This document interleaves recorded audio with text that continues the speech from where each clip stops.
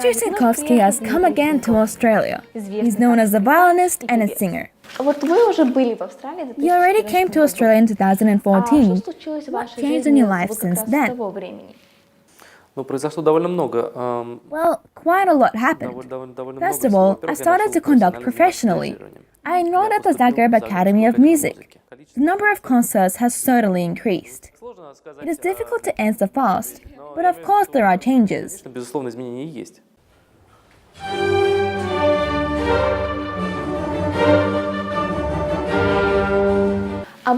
Were there any obstacles in your way? Perhaps something that tried to stop you, and how did you overcome these obstacles? There are always some difficulties which have to be faced. For example, when I played violin and only just started singing. It was after my 20s. When I turned 20, everybody kept asking me why I began to sing. Why do you want to be a singer if you're a great violinist? I wanted to do it sincerely with my whole heart, and of course I had to deal with a huge number of people who asked me why I did this. Or when I started making music Baroque style. While studying at the Moscow Conservatory, I was often asked why I was doing this kind of styled music. You're the violinist who will perform at large concerts with large orchestras. Why do you want to do it?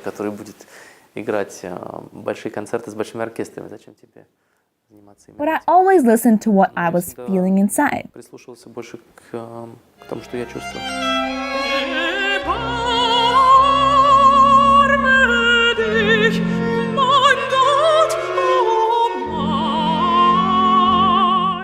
You are already familiar with the Australian audience. And is it different from the European? Amazing memories from 2014 have imprinted into my mind since I was here. And the audience seemed very open and warm, although at the same time, educated. And you can see that you have to conquer the Australian public. For example, in Russia, the audience is also very careful. When it listens to you, it can be very reserved, but if it loves you, then it will give you all of themselves without reserve. And in America, people are standing ovation after when I play one piece. So they really do respond, and they really do differ from the American audience. And in Europe, it's also very different. For example, in the Netherlands, the audience always gets up. It's so sweet and kind of them. Music is respected this way. We even had a joke. Once I performed together with the famous American singer, Joyce DiDonato. We had a tour together. I was a conductor. She, of course, was the singer. We performed around the world, and one concert was in Amsterdam. Out of the 20 concerts, 20 standing ovations were performed. And when we had the next concert, I said, Joyce, today you don't have to give out everything. They still will stand up. Well, it was a joke, of course. A musician of this level is laid out 120%. And what about Australia? Do you like it here? Well, of course I like it here. It is great here, though it is very cold. I am looking forward to seeing the great Australian audience, and I'm certainly glad at the fact that this year I'm performing not only in Sydney, but also in Melbourne and Brisbane. I'm looking forward to seeing the Australian Brandenburg Orchestra, with whom we are familiar and with which we have already performed before. Wonderful artists, wonderful musicians, and Paul Thayer is my good friend. I expect that we will reach a new level because this is not our first contact. We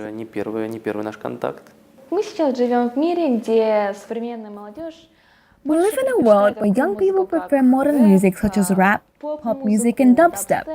How would you recommend attracting young people to classical music? I would not like to generalize that young people are not interested. This relies from the country a lot. In some countries, older audience comes and this can be seen. But on the other hand, young people should be taught classical music from childhood. Because this music is not for absolutely everyone. This music has always been for the elite. This music has always been for those who are interested in art. I have never thought of music as a science. It is more like a language to express yourself. This is the key for young people. communication is at the level of those styles which are more simple and more accessible, as now there is a tendency to simplify everything. But I think to not push them away in their childhood and provide them with a good impression, a good positive impression about classical music is best. I believe that the very first contact is the most important. The first contact is when a child comes to listen to a classical music at a concert, or comes to an opera or the ballet. It has to be something that won't overload and won't give the information that this is something quite difficult, or that the child will perhaps might think that they do not want to even attend to such events in the future. Most might say that this is not for me. There should be something easy, like for instance teaching a child the violin. To get used to the violin, you should first start with half a minute, then increase it to a minute, then 2 minutes, then 5 minutes. And in a year, they'll be practicing for 15 minutes, and this will not cause them rejection. But if you start off and give the child 40 minutes to play with something extremely hard, of course they will say, thanks, bye, and they might not even return to it. I think this is the key to teaching young people the art of music. You must move on gradually and give the correct dose. That is not to take a child to the Symphony Miller performed by the Berlin Philharmonic.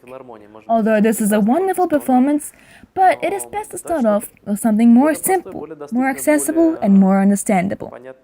What would you wish, or say something, some piece of advice to aspiring musicians? I think that words are not the most important thing for a beginner musician. I think that the main thing is that to get them interested. For instance, if you are playing something to a child, it is better to play something groovy, some simple song that will make them want to move and dance. The child begins to react to this, and those who decided to seriously do classical music from early childhood and have decided to devote themselves to it, I can only wish patience and only patience. Можно пожелать только терпения.